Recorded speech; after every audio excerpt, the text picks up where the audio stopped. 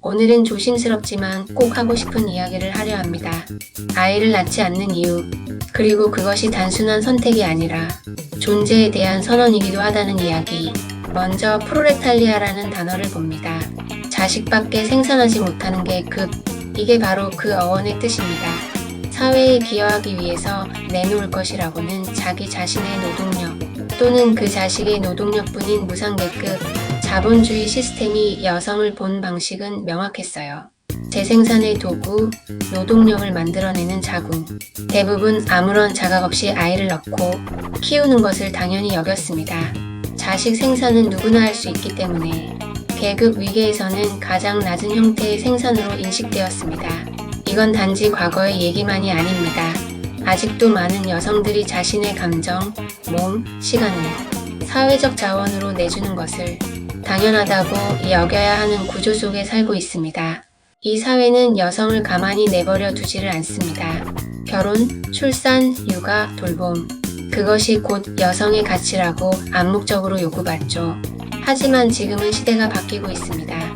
AI가 노동을 대체하고 있고 노동력이 더 이상 가장 소중한 자원이 아닌 시대가 오고 있습니다. 앞으로는 우리는 더 이상 존재의 가치를 입증하기 위해 노동력을 내놓지 않아도 될 것입니다.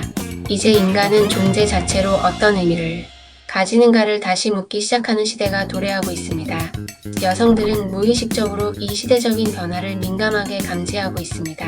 자식을 낳지 않겠다는 선택은 무책임하거나 개인주의적이라는 비난을 받을 때도 있지만 깊은 차원에서는 자신이 더 이상 재생산의 부품이 되지 않겠다는 선언일 수 있습니다. 나의 노동력, 시간, 자궁, 가족을 국가와 자본의 도구로 내주지 않겠다. 나는 먼저 나 자신으로 살아볼 것이다. 자식을 낳는 것에 대한 사람들의 의식 자체가 변한 것입니다.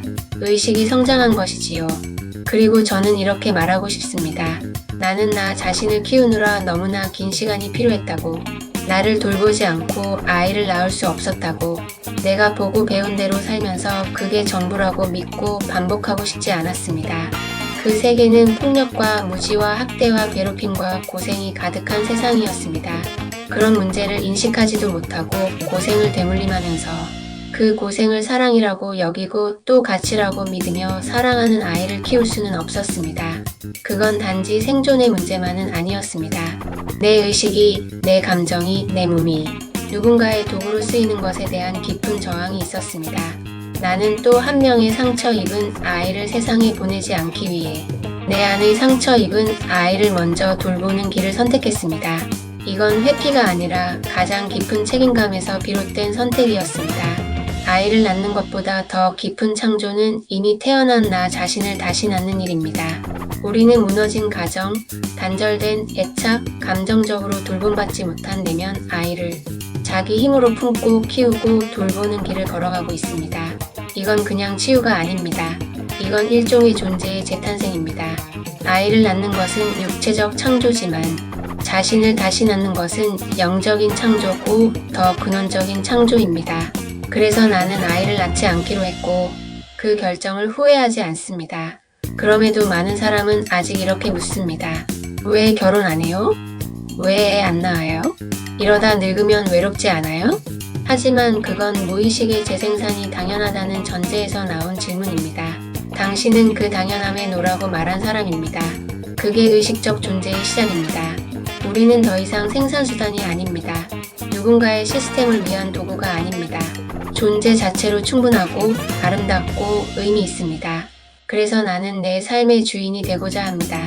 내 몸과 시간과 감정을 온전히 내 것으로 지키며 내면의 목소리에 귀 기울이는 존재로 살아가기로 마음먹었습니다.